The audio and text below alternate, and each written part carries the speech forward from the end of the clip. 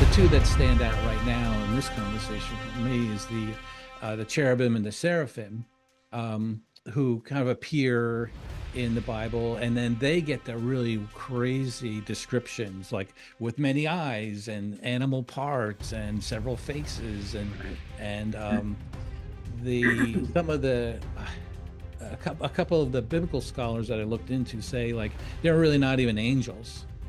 They're spiritual beings because their sole purpose was to protect and defend, Right. where Hmm. angels, so there's lots of definitions on that. And Right. then outside of angels, but related to, are ascended masters, like, Mother Teresa and Mahatma Gandhi and those people that are spiritual beings that have elevated up, in a sense, to angelic type of proportions.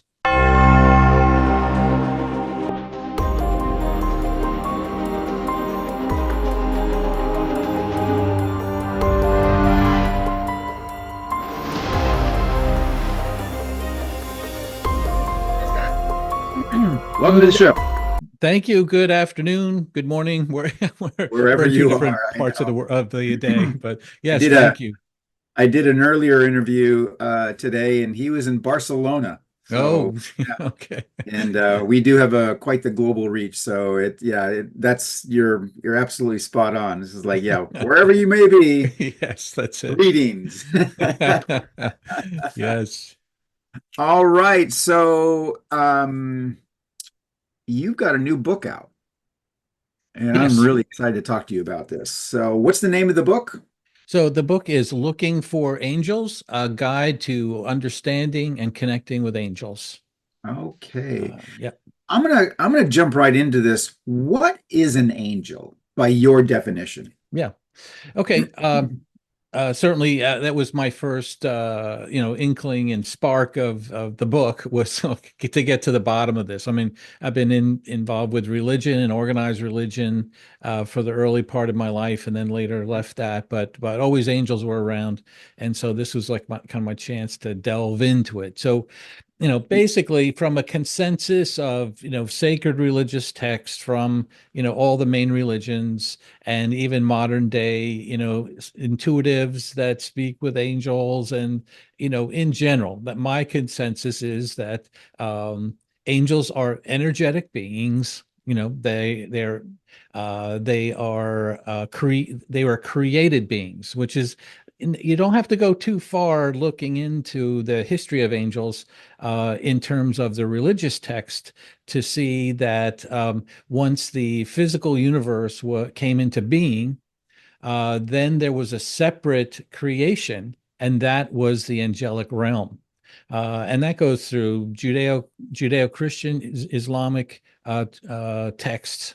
They all agree with that. What they don't agree was, were the angels created after the physical universe, or was it before, or was it during?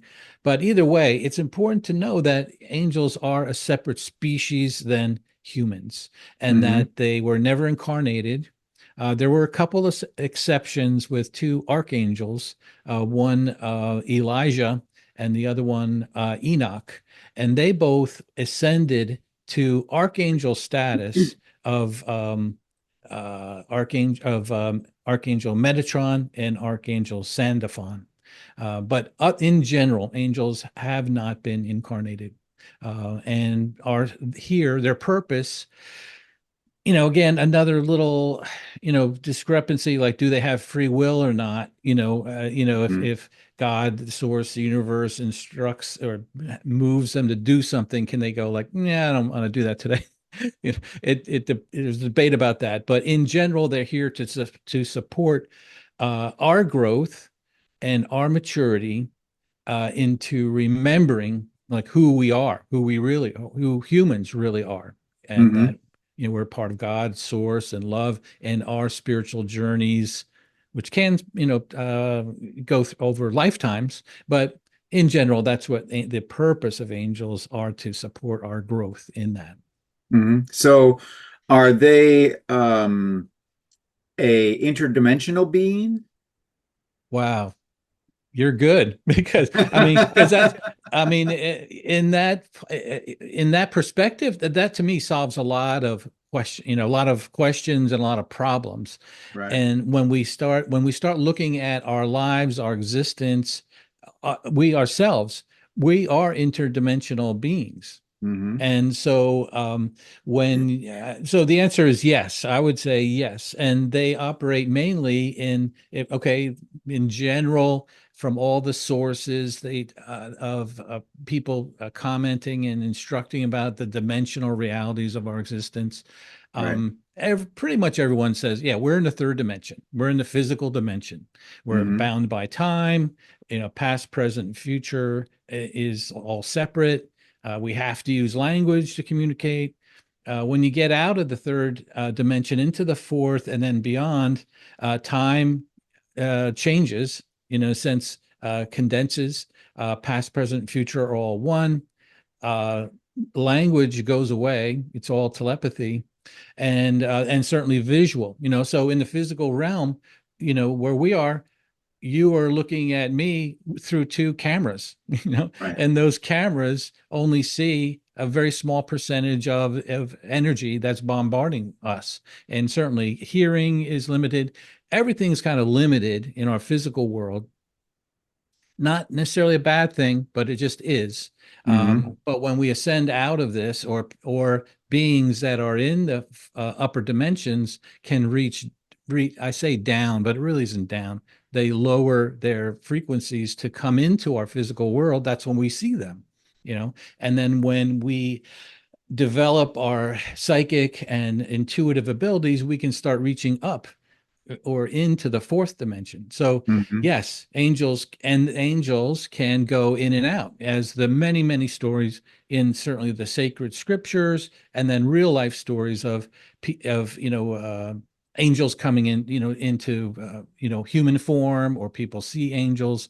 That's when they're, I say, dipping down into the third Right. dimension where we can see them. Hmm. So angels, in your research, there are many different definitions, variations of angels from numerous different religions. How did you define what they actually Hmm. are? Well, yeah, in shameless plug for the book, in That's fine. That's what this is all about. the first chapters, I go into the four biggest religions on the planet right now, which is Judeo-Christian, Islam, Hinduism, and Buddhism. Hmm. Buddhism, is it a religion or philosophy? But I put it in there. Those four comprise about 80% of the globe. Some Hmm. 80% of people on the planet believe in one of those. And so what I did is I took a lot of time to kind of condense, because there's libraries, that on Hmm. for each of, Islamic, theology around angels and spirituality. You could look, spend years on it. And I didn't want it to be an encyclopedia. So what I tried to do is condense the perspective of angels from Judeo-Christian, Islam, Buddhism, and Hinduism. And I got experts in those fields to kind of review what I did, and I got, green lights. But so when you look at angels, and most of us, certainly in Western society, we're used to the Judeo-Christian definitions, which go back to the Hebrew Bible, the Old Testament, and the New Testament. And look, you can look and delve and find out about angels and how they've interacted with the world through them. And then certainly Islam takes a lot, not takes, they adopt many of the Old Testament and New Testament books of the Bible. But basically, you have that kind of picture of angels, where you have guardian angels, you have archangels, you have Right. the seraphim, cherubim, and then, in the New Testament kind of description of the thrones and principalities and powers. So you have a whole host of angels and now I say they say, meaning that through understanding them through the intuitives that I've worked with, Nicole Bigley, who is an intuitive and co-wrote this book, especially the second half, will say that angels, and she has a hard I say a hardcore or a hardwired connector to angels, which a lot of people do. And I'm sure you probably know some people, they're Mhm. practitioners and they're like, oh, yeah, Archangel Michael just said this for me to tell you, those types of Right. things. So that the people like that have conveyed to me um, that angels don't really like to think of themselves as hierarchy, higher or lower, but more has to do with their jobs and their influences. So archangels are on the higher end of that, and then you Hmm. have, not regular angels, and the word, as everyone probably knows, the word angel in several languages means messenger. Just means messenger. Um, and that we do have guardian angels as well. So you can look into different ones and spend, books and books on different ones. The two that stand out right now in this conversation for me is the cherubim and the seraphim, who kind of appear in the Bible, and then they get the really crazy descriptions, like with many eyes and animal parts and several faces, Right. and the some of the a couple of the biblical scholars that I looked into say like they're really not even angels. They're spiritual beings because their sole purpose was to protect and Right. defend, where Hmm. angels do. So there's lots of definitions on that. And Right. then outside of angels, but related to, are ascended masters, like, Mother Teresa and Mahatma Gandhi and those people that are spiritual beings that have elevated up, in a sense, to angelic type of proportions. Okay. So explain that to me. So you have Gandhi, we'll use him as an example. He was human Mhm. and he ascended to the frequency, the vibration Yeah, of yeah. the angels, or did they Yeah, come in and inhabit his body? from my understanding, it's their work Mhm. and their evolution that brought them up, raised their frequencies and to that level where they are, on the higher, if you want to say higher realms or higher dimensions, whatever that may be. They're more Mhm. pure spirits operating more consistently out of pure love and pure truth and that type of Mhm. thing. So yeah, so that's now that it's just interesting you say that. We have in the book, we have Jesus as an ascended master Mhm. because, and then so the Christians will go like, hey, wait a minute, and they get mad. I'm like, well, Yeah. you got to remember that a lot of the world, views Jesus as a great rabbi and teacher, and Mhm. they don't buy into the resurrection and his position as in Godhead. So, so we just made a decision. It was a tough call, but someone like Jesus, and then you say, well, Jesus, he didn't really ascend. He wasn't a man and ascended. He was, according to the biblical traditions, he was God and then came down as a man and then went back up. So it was kind of a unique situation, but Right. certainly up there as far as ascended master slash deity, in general. So yeah, lots of different ways to look at these Mhm. things, but there's some commonalities. Right. And is that what you did when in creating this book, is you kind of looked at all these different variations and found the commonalities and said, okay, these are the areas where we can agree upon? I mentioned that in different sections, but my main job, and I believe my main role on this planet in this lifetime, is to do the research, and which mirrors my life, Hmm. and tell people about it. And I Right. don't really say like, here's pros and cons with with the Christian approach or Islam, but I'll just point out and maybe make some allusions here and there, like this is a little bit different. For instance, Islam, which I was surprised to learn, Islam, belief in angels is one of the top five pillars of faith. You have to believe in angels. I think it's the third one. Hmm. However, you cannot, not you, and the I understand. culture of the religion says you don't pray to an angel. That's not right. You pray to Allah. And if Allah deems fit, he will send the angels out to you to help or to whatever. So that's a little bit different. And it kind of goes in a different direction from where we are going, saying that we can have a robust interaction with angels and spirit world in our life right now. But Hmm. so so I take that perspective on the religions, and then I have a chapter on the scientific perspective, like what does science have to say, what's our limitations, blah blah blah, and then psychological, because a lot of this stuff is all mind, you know, related, how we piece together our reality. Right. Yeah. So what does science say? Well, the big thing with science and our scientific investigations is a carryover from the scientific revolution, right? We have Hmm. Newtonian laws, Right. everything can be measured, everything can be predicted. Okay, great. It fostered the Industrial Revolution, and we know all kinds of things. And as I say in the book, that's kind of when angels got squeezed out of society, and is when scientific investigation came in, Right.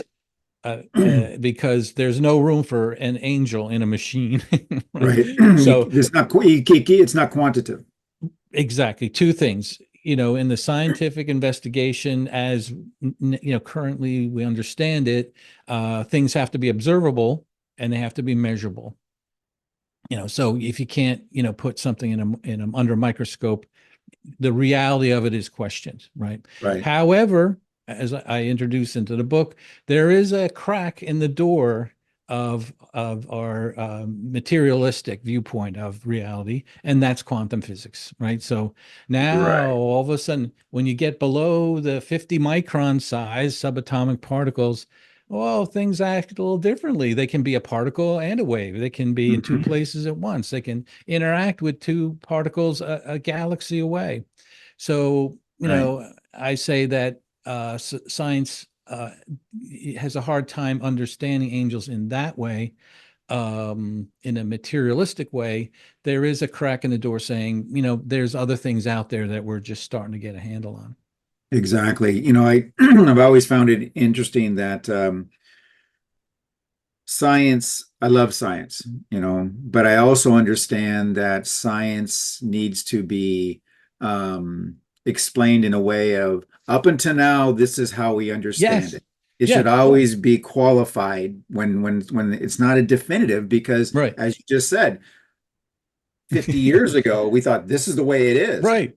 Boom. And it's like, wait a minute, what's this quantum stuff? I Yeah. mean, Einstein's like, I don't know about this, Yeah. but he still called it spooky action at a distance. Yes. He's Right. like, so Exactly. something's there. Right. Hey. And I mean, I use the example of the James Webb telescope now. They're just like, oh my Mm, gosh, we thought it was this, but yes. it's not, it's this. It's like, Yeah. right. So Yeah. you have to get your egos out of the way and just simply say, up until now, this is how we understand things to happen. Yeah. So, What I like to say is, remember, folks, science is our latest best guess of yeah. what's Oh, I going love on. it. I love it. You Yes, I'm going know? to use that one. There you go. So now, a lot of scientists are very religious. Mhm. So how do they balance that? Well, I mean, everyone is different for, Right. certainly. Sure. And I think part of it is, I think in one sense, there's a separation of, like a better words, church and state. And then when they go to work, when they go to universities, they know, what boundaries they have to remain in to be considered reputable part of that society, right? So, Mhm. so in a sense, like I have a friend of mine who's a psychologist, and he's curious about, readings and Reiki and past lives. He says, but I can't bring that into a session. I can't put that. There's no ICD code for Right. talking about Right. past life trauma. Mhm. So he has to kind of curb that in his professional life, but outside of that, he's open and talking about it. But I think that I think that's the only way that they you can approach it is to say science isn't there yet.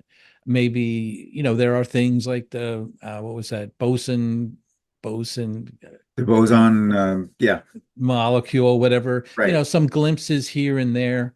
Um, but you can't, I don't think, you can't make you can't print develop a article on the on energy healing, and have it published in, the mechanism of action behind energy healing.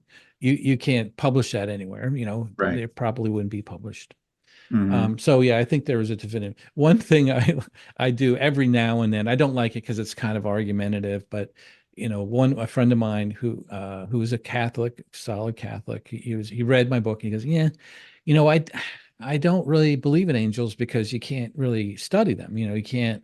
There's no scientific evidence for angels. So I have a problem with that. I go, really? Yet you believe in the virgin birth, resurrection, and forgiveness of sins. He goes, absolutely. I'm like, and Exactly. he didn't even see it when he said it. And I go, well, that's not scientifically proven. He goes, well, but it was written down. I'm like, written down isn't scientifically proven. And then Right. I didn't want to push him, because he's my friend. But so that I think there's a part where you can stop and say like, okay, from here on out, is uncharted, unproven, Right. unknown area, and Mhm. still believe in that. I mean, like, as you mentioned, there's a lot of scientists who are religious, but I think you have to kind of they would have to kind of cut off at some point and say, I don't know, but I believe it. Right. Yeah. Just out of faith. That's why they call it faith. Yes, It's yes, like, I yes. just have faith.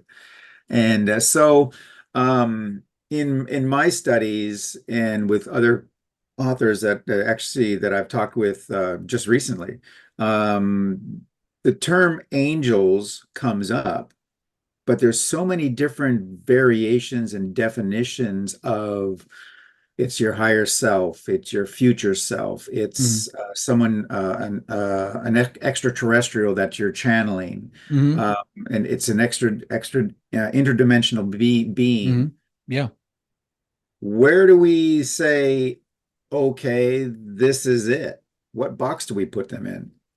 Well, the joke I'd say is that, you hear something downstairs in the middle of the night, you go down and there's some figure there, and like, well, what is it? Is it an angel? Is it a demon? Is it an ET?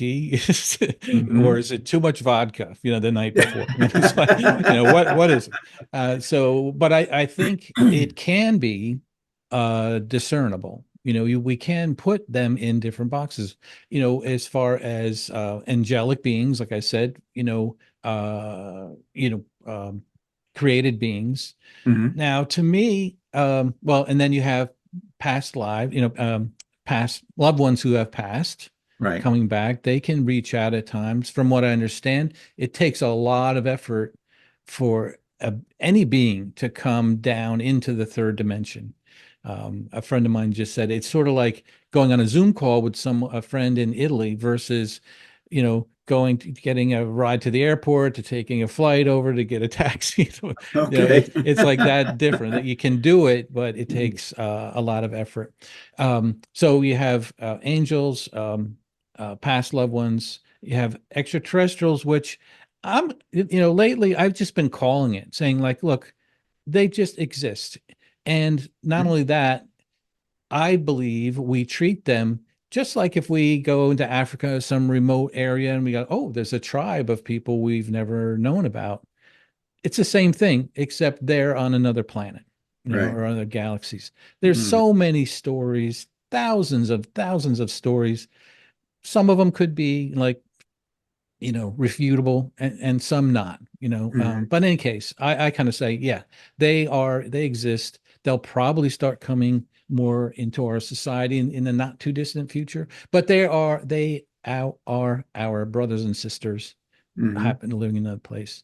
Right. And then so the intuitives that work and the mediums that work in this world every day, or with this, say that there's a sense of energy. You can feel the difference between an ET a past loved one and an angel. They all operate and they feel different. They're operating on slightly Mm. different frequencies. Um, the Palladians will say that we need to, if we want to connect with them more, we need to adjust our frequency. Just like a radio, Hmm. dial. Right. We can Mm. adjust our frequency by some meditation, some they suggest some ways to do this, but like going outside, walking barefoot on the earth in Hmm. the morning, and then asking, for to connect. So there are, I think any spiritual being can be, at least at this point, put into one of a few different buckets. Right. Hmm. So how did all of this research affect you and or your spiritual life? Oh my gosh. I mean, it's like, so from the time I was 13, I was looking for that connection. We were Hmm. in a, Okay. it started when we were in, we all went to Lutheran church, our family. And as a kid, I was like, the thing that you wanted the most out of church was to leave, like get out of here. And you could kind of Yeah, count. They had this liturgy that, okay, 2 paragraphs to go, but I was zeroed in on the sermons. Our pastor was great. He had a great, I kind of looked up to him. To me, he was like 10 foot tall figure, just like sure. this voice of God. And going into confirmation class in the Lutheran churches 2 years, ninth and 10th grade. Yeah. Or no, it I've was been through it. I've been through it, so seventh. I know exactly what you're talking Oh, about. seventh and eighth. Yeah, seventh and eighth grade. And so my brothers and sisters said, just to let you know, the second year, you're going to have to take sermon notes and turn them in. Like, that's how Hmm. he ran it. But I was so into it. I'm like, I'm taking notes now. Like, okay, and I was a horrible student everywhere else in my life, but I did that. And so I did that, filed them. Second year, and we came time to do the record the sermons and take sermon notes and hand them in. At the third weekend or so, I'm like, wait a minute, this sounds familiar. I look back and I see he repeated a sermon, like to the outline, to the bullet point. And I'm like, this, there must be some reason. Maybe God told him that we Hmm. needed this to hear it again. And then it happened a few more times. And I'm like, I have to ask him about this. But I was a kid, I was afraid, Yeah. I got up the energy because there must be some reason, some tremendous reason why. And so I got him after church with no one around. And I said, Pastor, I see that you repeated sermons from the year before. And I was just wondering, like, why do you do this? Are you led to do this? And he put his hand on my shoulder and he says, Scott, this is a tough job. So to me, it was like a crack in my world. Like, what? Uh, Now what am I going to do? He was my ongoing lifeline. He was to tell me about God. And so that kind of started my journey. And it was all about connecting for me, connecting the spirit. I had to have it. I went into the born again Christian movement, or our family did, but and I thought for many years that I did that because they had all the answers. Like, okay, you do this, mhm. do this, and you'll be saved, and those people don't go to hell. Like, all right, I like that. For at the moment, I like that. Sure. But after a while, after a few years looking back, if you remember, you're aware of that movement. It was they promoted the personal relationship with Jesus. And like, Right. you know what? That was it. That was I was after, but that gets lost very quickly in that because in that perspective, I mean, they got more into the theology, and I kind Hmm. of lost even looking for a personal relationship in that religion because it was all about theology and being right and being wrong. So I left that, got in a Presbyterian church, which is a little bit better, a little less heavy-handed, um, and in that for years. And then personally, my personal life fell apart during those times. Even though I did everything, whatever religion or denomination I was in, I did it to the T. I went to Hmm. all the services. We'd have somebody come in and do a sermon on the importance of fasting. And like I'd be fasting once a month, like, okay, that's it. And so my personal life deteriorated. And I was like, what the, I was an elder, taught Sunday school for 12 years or so. Um, Still, personal life fell apart. I'm like, what the F is going on here? I'm a freaking elder. Like, this shouldn't happen to me. Right. And so I left that very dark time in my life, got through that and said, all right, I'm still after that connection. And then I'm like, how about psychology? I mean, it's a human mind. How do we create reality? How do we know Yeah. anything? So that's when I spent the next several years um, doing that, and then got into human development with a concentration on spiritual development. So it's really been a path in my life. And I had a reading earlier this year, someone who was kind of keen on people's lives and their journey, and she told me that this is not my first rodeo in the sense of Ah, spiritual. okay. She saw me as a priest back in the 15th or 14th century in Europe, a Catholic priest. And she said, not only that, you found that your church building was built on top of a Druid temple. And once you found that out, you started digging and bringing up and integrating some of the Druid practices into your sermons and how you worked with people. Well, that Hmm. sounds like me. Well, so so the other joke is like I did the research. I couldn't find any Scott Guerins listed as priests. Probably went by another name. But so it's been a constant theme of my life, constant. Yeah. And so and after I got into psychology for years, deep into meditation practices and studying it, I kind of was like, I really want something more specific. And so I said, okay, I'm going to write a book about angels. Let's Hmm. get into that, because I knew a lot about them, but not everything. And so and I had written a couple books about my journey, as I just Hmm. mentioned, I have two books out there now. And then I was starting it, and I was at a holistic, like a holistic health fair, and there was Reiki and card readers and Hmm. health, all kinds of things, holistic and spiritual. And I had a booth set up where I had my two books, and then I had a poster writing a book on looking for angels. If you have angel stories, send them in.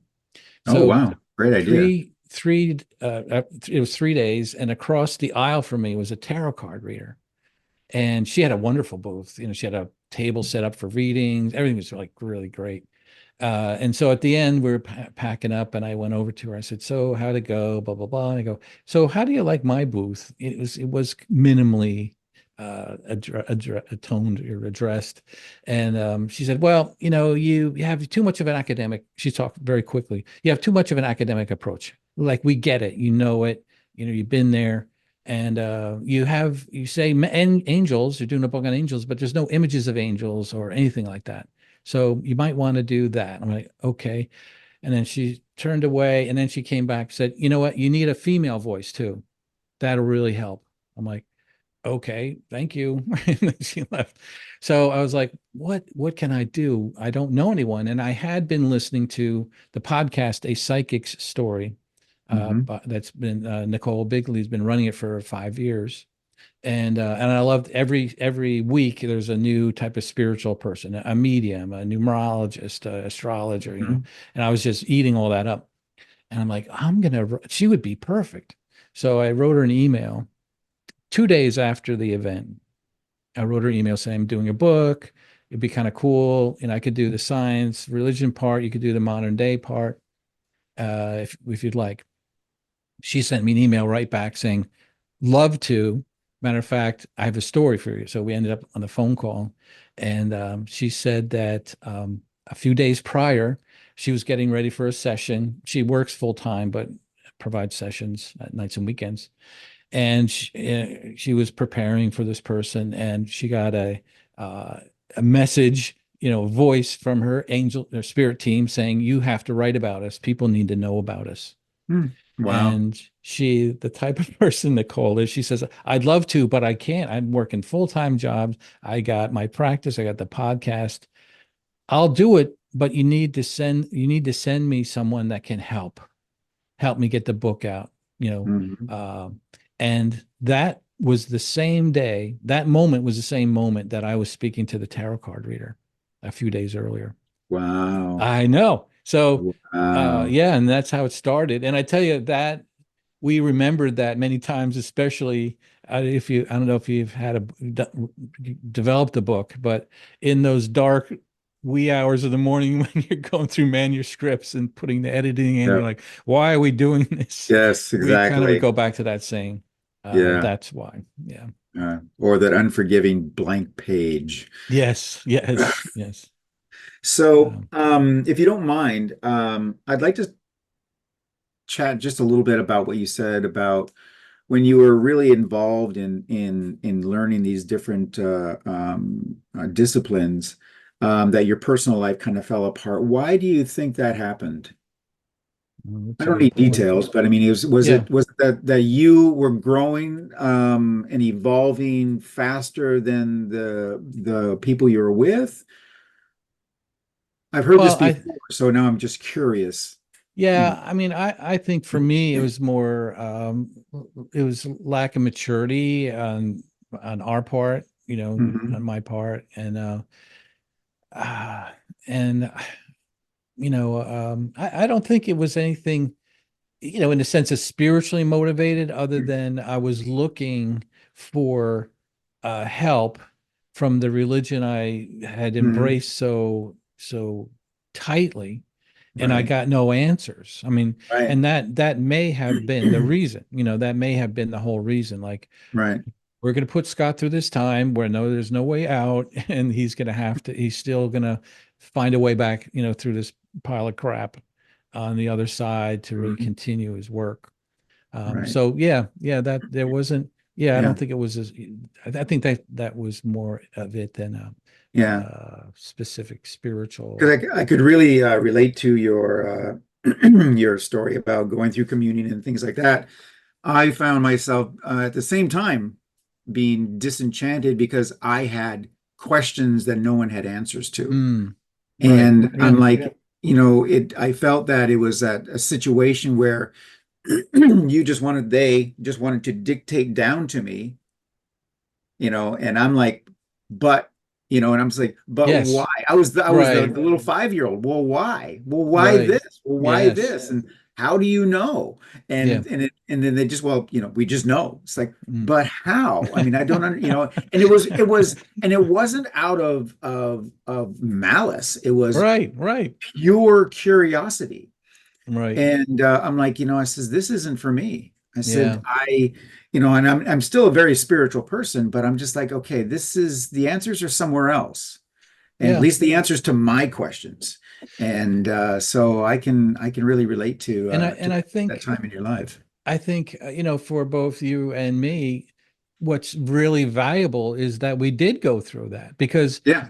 I'm talking to people. I tend to talk to people who are just into this. Like, you know, we know the trend away from organized religion, you know, worldwide, you know, and Hmm. my question for many years has been, well, where do you go? You know, if you kind of said that, you're like, okay, I know I get it. I like my church, whatever, but they don't have the answers that I'm looking for. Where do I go? And is it Right. okay to talk to a psychic or have a reading, or is it, you know, if I ask for, you know, to speak to my guardian angel, will a demon come in and make me kill myself, you know, something. So, Right. you know, then I can, you know, attest to that, you know, you can't, it's okay. You just ask, you're Hmm. protected. And if you don't feel good about that, you can ask for protection to clarify in your minds that, Right. yeah, that we are protected in our journey. And then, yeah, we can open ourselves up to bad things if we put ourselves in bad environments and people and addictions and all that. Yeah. But if you stay out of that and generally are on approach to love and light and ask for help, there's nothing in this universe that can stop that. Hmm. Yeah, that's a good answer. I do recall many times where I believe that the synchronicity came into my life and I pushed it away Mm, simply because somebody had a message for me. But at the time, I'm like, I don't understand what you're saying. And I'm not saying yeah. that they were wrong. I'm saying I didn't understand. And so Mm, it's like they were on just a different frequency. yeah.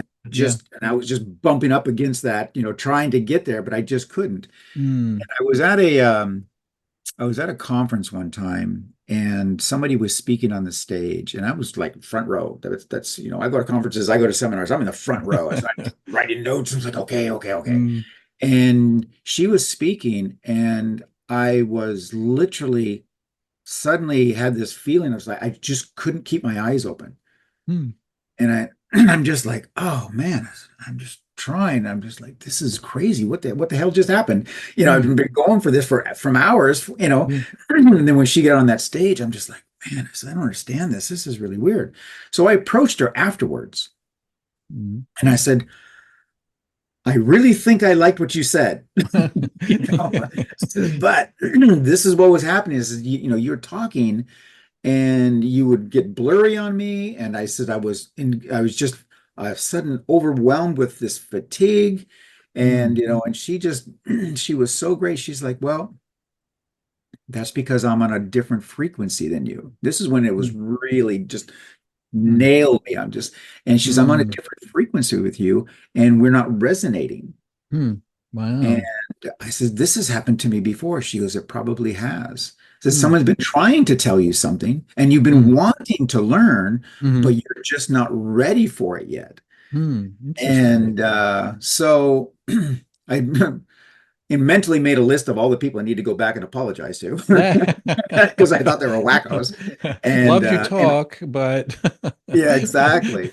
And but mm, from that moment on, I'm like, okay, I get mm, it. mm, And I've had situations now in present time where I'm talking to somebody, I can tell they're just not with me. They're just, mm, they're having the same effect that I had, mm, back mm. then. And Yeah. so then what I did or do is I just changed I changed basically my frequency and I just kind of Mm. come down to them, Yeah. Yeah. connect, and then bring them up. And Yes. I think that has worked very, very well for me in communicating to people that there are other ways. You don't know Yes. what you don't know, Yeah. and I want to, be part of your journey to bring you up to a point so you can see that there's more than just this little box that you're living in. Yeah, And and that's such a great message, especially for me, because there's a few people in my life that are anti this. They're right, stuck, just done. and and they get argumentative. They get, they try and poke holes and like, well, what about this? What about this? And then sometimes at night I'll be like thinking like, oh, I got to go see him, and I like get ready for the veiled questions and the condescending Hmm. comments, and I don't like that. And actually I was concerned like going on this podcast that I didn't want to be in that space where I was, just in a in a not loving and positive space, because Right. I'm in the fray, like Yeah. visualizing that. But what you say is really correct, is that we need to look with the lens of love Hmm. and patience and speak to them in ways very gently to bring them along, Right. so that you don't make them feel like, you're different or better than them or whatever, they're Exactly. just wrong, whatever it may be. Even though it's so easy to to pick apart, like, that. Um, and, if I might, just the one thing that's been popping up, you mentioned fatigue. I don't know if you've been hearing about it. Is that, well, eh, would you agree we're on a cusp of, transcendence in some Yes. ways, right? Hmm. Anyone in this field, I think so many people say, yes, we're on the cusp of this. And a few friends of mine, I listened in on a channeling with a collective who brought in Archangel Gabriel, and yeah, he said the good news is that and I don't know how this works, but they said that humanity has it's written in the timeline that we will ascend. And by ascend, meaning ascend into the other dimensions, higher elevation, more prevalence with love and togetherness, and Hmm. we'll get it.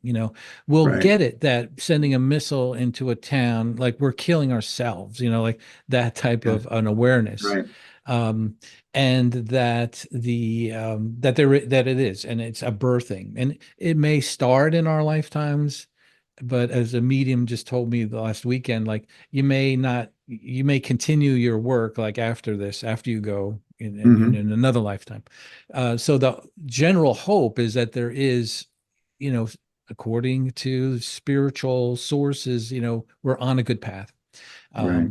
But the bad thing is that there is a time, in between now, there's a time of transition where people will wonder, like, what are you talking about? What's going on, and fear Right. and even hatred during this change. Yeah. And then the other thing I wanted to mention is just that people involved with this, could say light workers, whether you know it, that you're a light worker, like a practitioner, or whether you're just a good person, just spreading, and being yourself, a lot of fatigue in that, because there's a Mhm. mix, there's a coming to head of a new birth in a sense. Right. And so, I mean, I myself been feeling that, and some other friends have. I don't know if you have in the last, say, 6 months or so, felt any more fatigue in general, physical, mental, spiritual, but supposedly that's part of the deal. Hmm. Yeah. What's happening. I feel that what we're going through now, and you could call it the fourth turning if you wanted to. You could call it the, part of the evolution, the cocoon to the butterfly. Hmm. Mm. Um, I equate it to whether it be positive, negative, good or evil. You do have these two variations, Mm. and that I equate it to a dog or an animal being backed into a corner and Mm. has no way of escape, so it fights even harder. That's what Oh, I yes. see. Yes, That's what I've I see now when I'm observing. I always like to take the 10,000 foot view. yeah. It's like, look at the whole picture, not just that little piece that, as you just said, that little framework that they put up on the screen. And I Mm. look at the whole thing. I'm like, this seems like, this entity, if we want to call it that, is struggling to survive. Yes. And it's I've doing heard that exact anything. same. I've heard that exact same thing. Mhm. Almost, almost identical to what you just said. That was their vision as well. Hmm. uh, and it's going to get rough. Yeah. We had Neil Donald Walsh on the Psychic Story podcast, and he was saying, yeah, same thing, transition, but it's going to be the storm before the calm. Yeah. And so, we need everybody, everybody, the transition needs everyone hands on deck to help in Hmm. kind, loving way to help people through this. Yeah.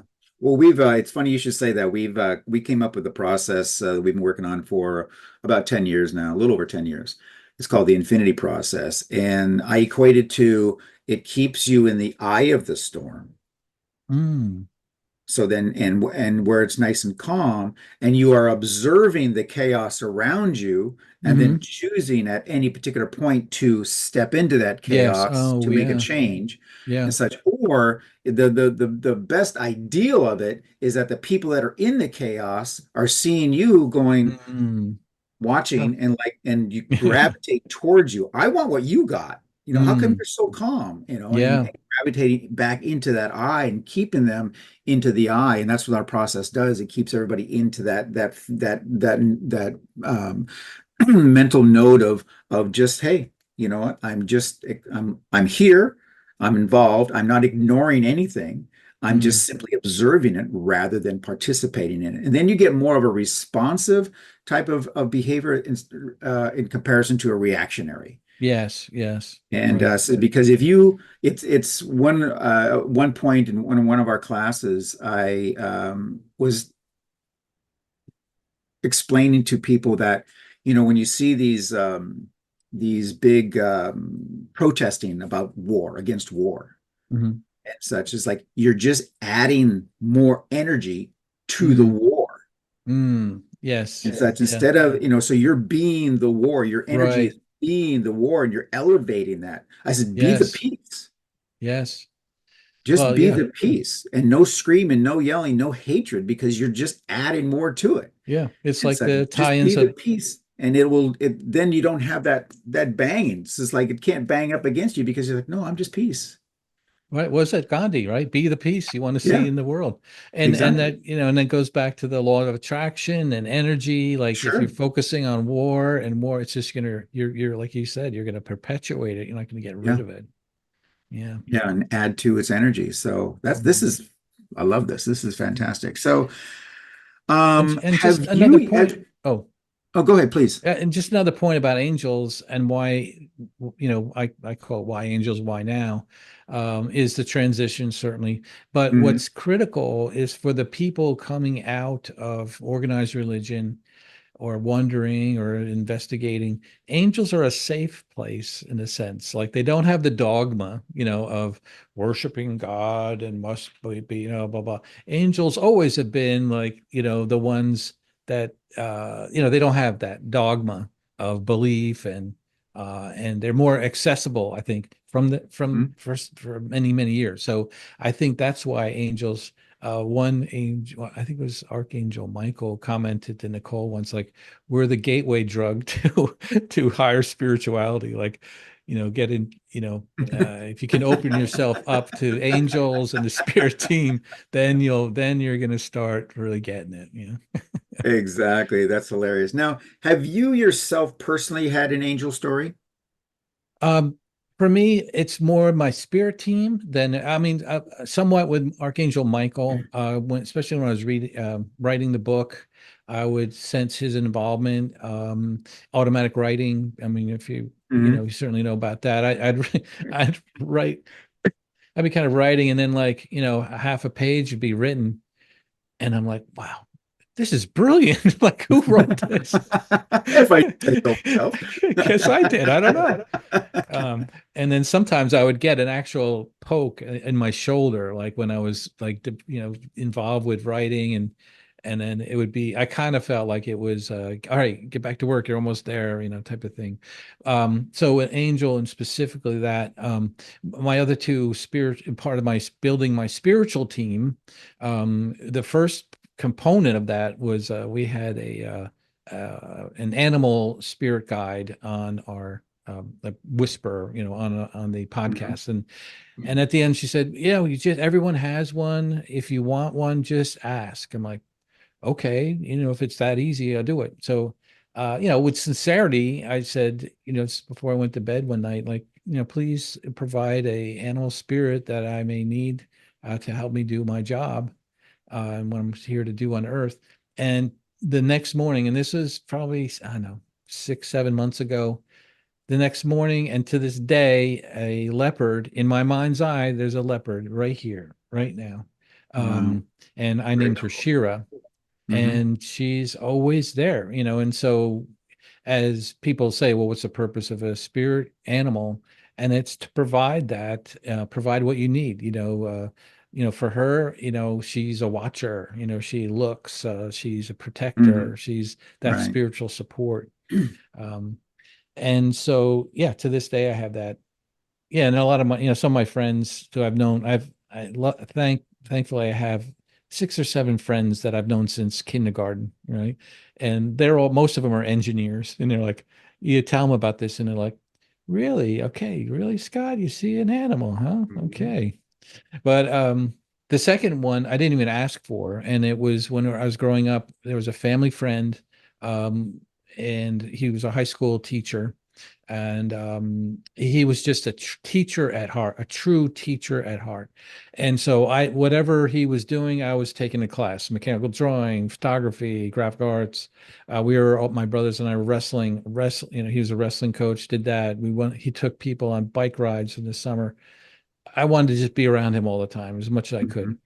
And I learned so much from him. And about, 8 or in 2013 or 14, he called me, And he said, hey, Scott, how's it going? Blah, blah, blah. He goes, hey, I was out at a restaurant by you. We were living in Western Jersey. He was more middle Jersey. And I go, well, come on. We were like, that's a mile away from my house. How come you didn't call me? We'd have met. And he goes, Right. we were busy. He had to go. So a year after that, he passed away from mesothelioma in 2015, and very sad. I felt, next to my father, he's the most powerful and influential male figure in my life. Oh, fantastic. Um, and so that was in 15. And then, so about 6 or 8 months ago, my wife and I are driving down the road right by the restaurant. And as clear as a bell in my head, I hear in his voice, we were there. I told you about that. Oh, And I'm like, wow. his name is Bob. I go, Bob? And it was like he was sitting in the back seat, kind of leaning up between the seats. It was Oh, like that. And so it freaked me out for a little bit, but then, like, welcome, Bob, thank you, mhm. Bob, thank you. Like, Yeah. you're here.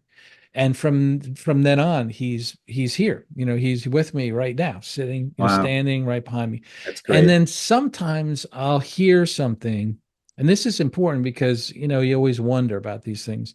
I'll hear something in my head, like, well, I hear his voice, or I hear a memory of his voice saying something, and I'm like, well, but he would always say that, and I could ask my friends, like, yeah, that'd be something Bob would say. But there's other times I hear his voice and it's addressing something that happening right then, about Right. a person or whatever. And then I'm like, well, I know that's the real Right. him. Yeah. Um, You um, remind me of a story I had that this is just 5 years ago or so. I'm driving home and I'm in the left-hand turn lane and a major intersection, and light turns green, and I start my turn and such, and then I just hear somebody yell, mm, "Hey!" mm, And yeah. I slam on the brakes, but I just tapped the brakes slow enough, and I looked over, and just as I looked over, a car blew through the red light doing like 70 miles Wow. an hour. Wow. And Yeah. I'm like, that in 3 seconds I could have been dead. I was because he would have just broadsided me on the passenger on the driver's side. And I just like continued on, pulled over, called up my buddy Gary. I'm just like, you're not gonna believe what happened, you Mm, know.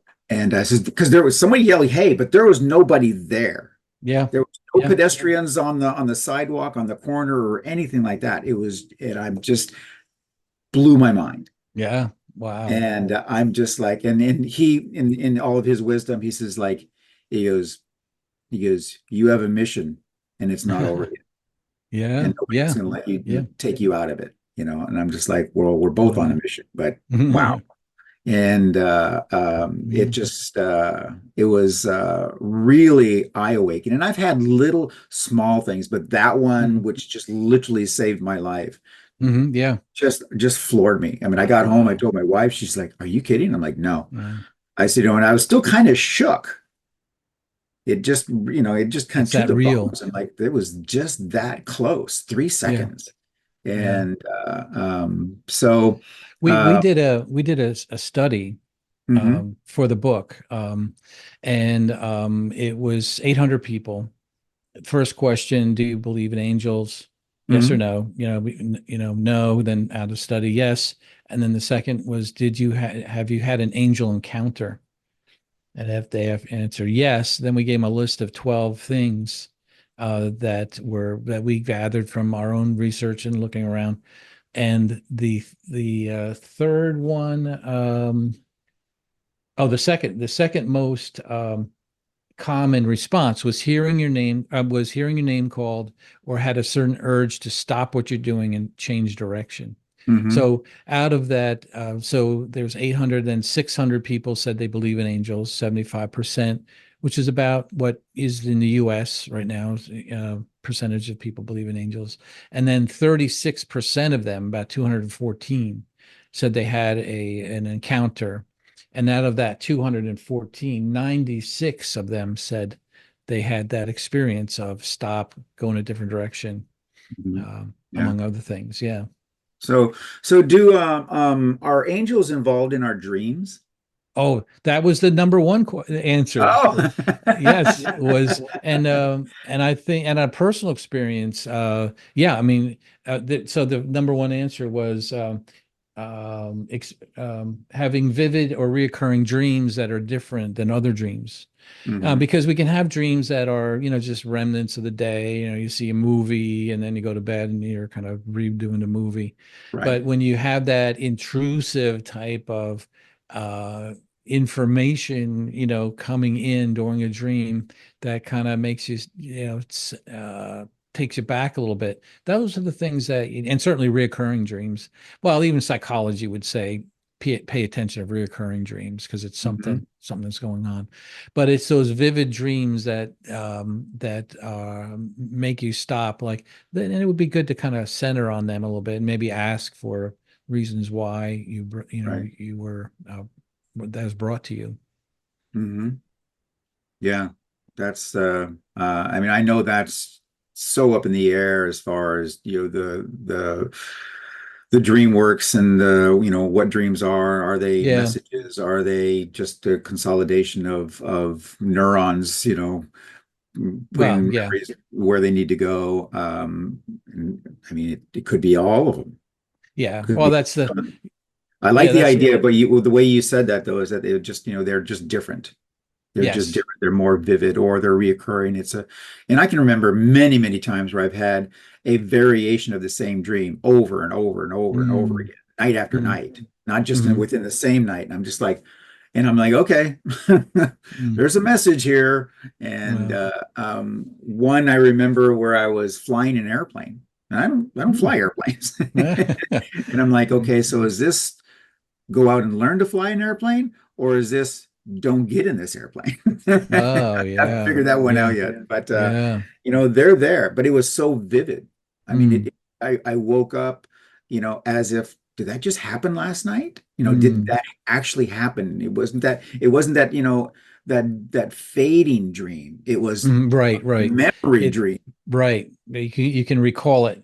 You can You can recall it and recall it continue to easily. recall it. Yes. I'm just Yeah. like, Yeah.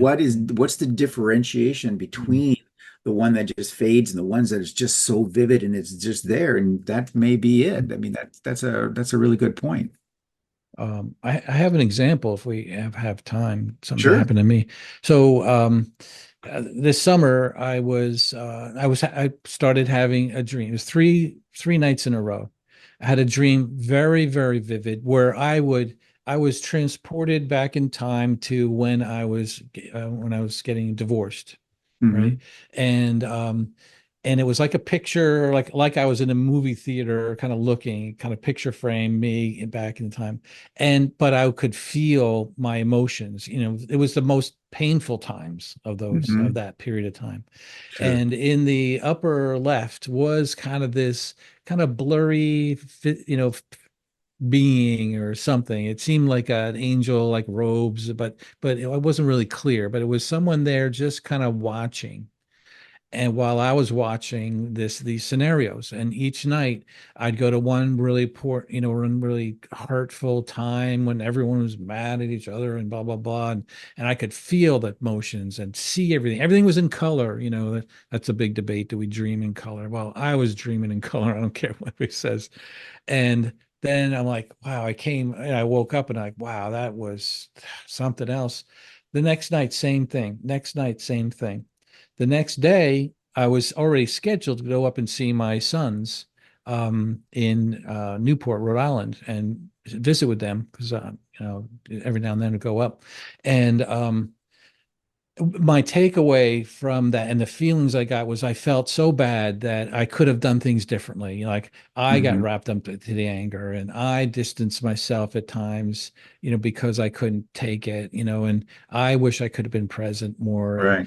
and then like decades later, like this is, they're older now, they're 30s, so 25 years later, I'm thinking and there's like a weight, like I could have done better. The kids, who knows, their lives could have been different if I had stayed or done that. Whatever. I was a burden. I was frequently thinking about. And I go up and meet with them. We meet at a bar and grill. And we just had such a fun time. We're Yeah. laughing and old times, ran up a high bar, a bill at the bar, but it was just so fun. And I'm like, wow, they're really grown up. They really got a good Mm, handle on things. that's And awesome. then the icing on the cake was I was going to pay at the end. And it was very, it was high. It was hundreds of dollars. And then I got this. And they go, no, Dad, no, you don't have to pay. We didn't come out here for you to or to take this. We'll split it. And I'm like, oh my God. And so the next day, it just dawned on me like all those years, I was like, oh, everything's bleak and they could have been so much better. And, it Hmm. was just me. And it lifted that guilt off of me. And it was very healing. It was very, Yeah, very healing. A that's very cool. decade long pain that I had been carrying was Hmm. able to be released. But at first took me through having to relive it, like remember I felt here, like this and that. Yeah. And then it was released through that one time. So that was, what I like to call spirit-led healing, when things like Mhm. that happen in our Yeah. lives. Yeah. I had something similar when I was went through mine, and I was running. We were running, me and my kids. We were running and running and running. I had, pulling, dragging them. They're, not asking me, why are we running? Why are we running? I'm just keep running, just keep running, run, run, run. And then finally I stopped and I pulled him in, hugged him really close, and this nuclear bomb went off behind us. Oh, And I oh, just felt saving you. this, my body just burning away. Oh, And wow. again, we're very vivid, incredibly vivid. I remember Mm, it T. And so then years later, the one of the Terminator movies came out. hmm. I don't know if you've seen those. And there Oh, was where yeah, yeah. she was dreaming, There is no and she was at a fate. playground, and a bomb went Right. off, and Yes. she's hanging on the fence, and Yeah. I was at the theater, and I just broke out into a Oh sweat. my. That's my Wow. dream. Oh Oh my my God, that's my gosh. dream. And years later, I told my son about that. I says that was the worst time in my life. And he Huh. goes, I'm so sorry. And I was like, don't be sorry. I said, I'd Mm, go through that again just to make mm. sure that I had you. You Yeah. know, don't regret anything. I So said, but was there anything that they was danger that was approaching them that you were I think able it that was you the know of? danger. I think it was the danger that, their lives for a few years were turned upside down. Oh, okay. And And you wanted to just, protect them literally from just, I that. mean, it was a rough time. And, Mm, but to this day, my son, they don't ask about their mother very often. She's passed away since then. mm, mm, And but so I'll tell him. I didn't say a lot about them before, but I said I'll mm. tell him. And again, he's like, I'm so sorry. I'm just like, don't be sorry. I said it was all worth it. I said I got you. Yeah.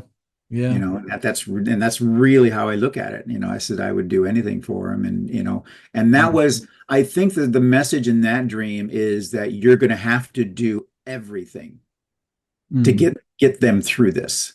That I was the see. Yeah. message that I took from that particular Mm, dream, but or nightmare, however you want to look at mm.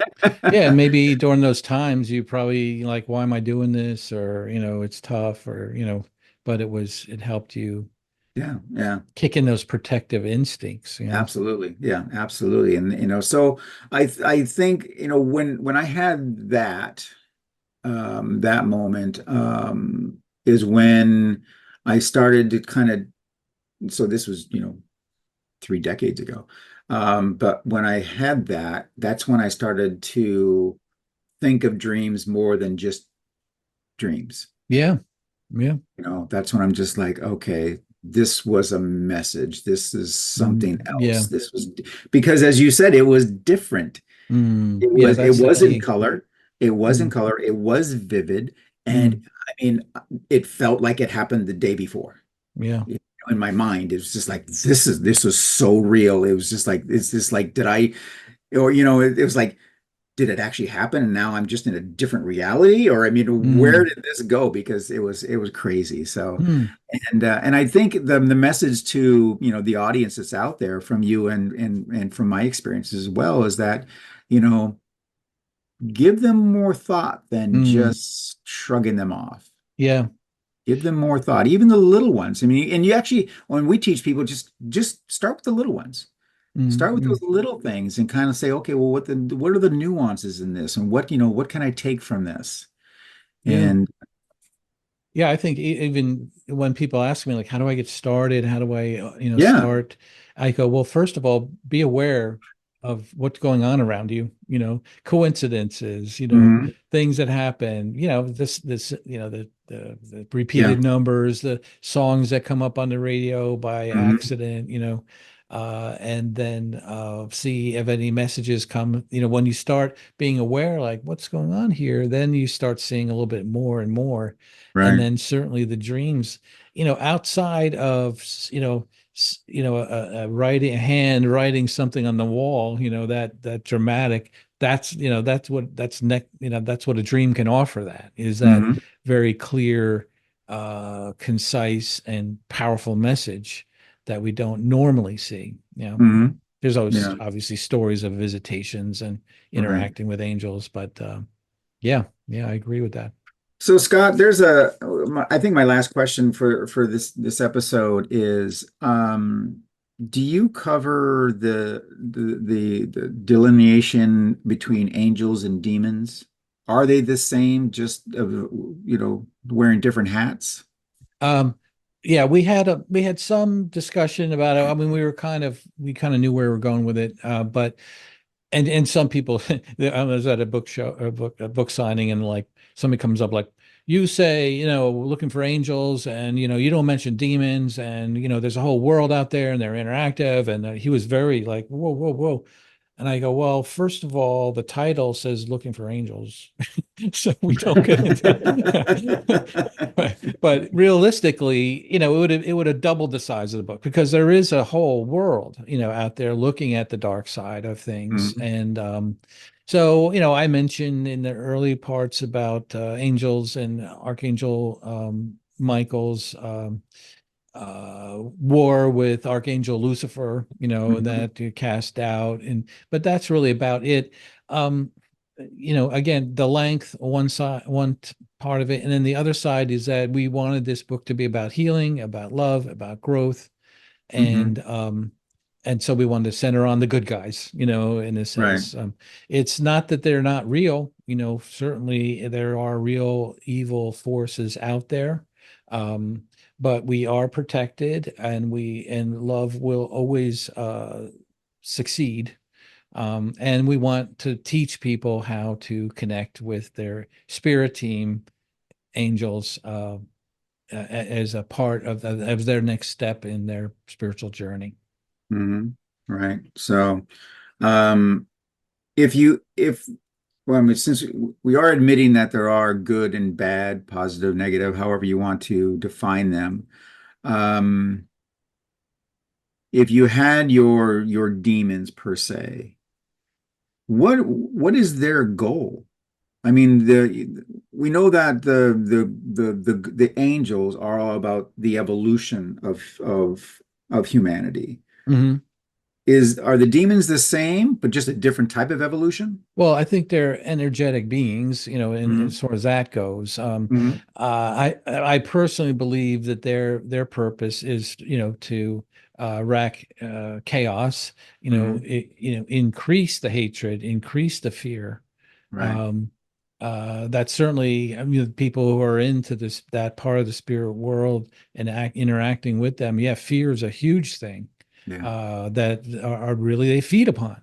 So hmm so their overall goal, if the angels' goals is to help us evolve and grow into more and more loving, caring, behavior, their goal is the opposite, to squelch that, to hmm create doubt. Fear is a big thing, and Yeah. chaos. I think is what they're looking to do. Yeah. Um, All right.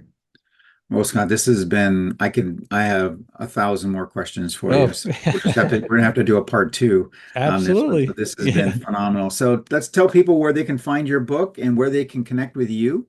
Yeah, so the book is available in all four formats, hardcover, which is really cool, hardcover, paperback, ebook, and audiobook, which Nicole and I recorded, which is kind of Oh, fun. excellent. Happens to be the bestseller. I don't know why. It was like a last minute thing, like, well, let's do an audiobook.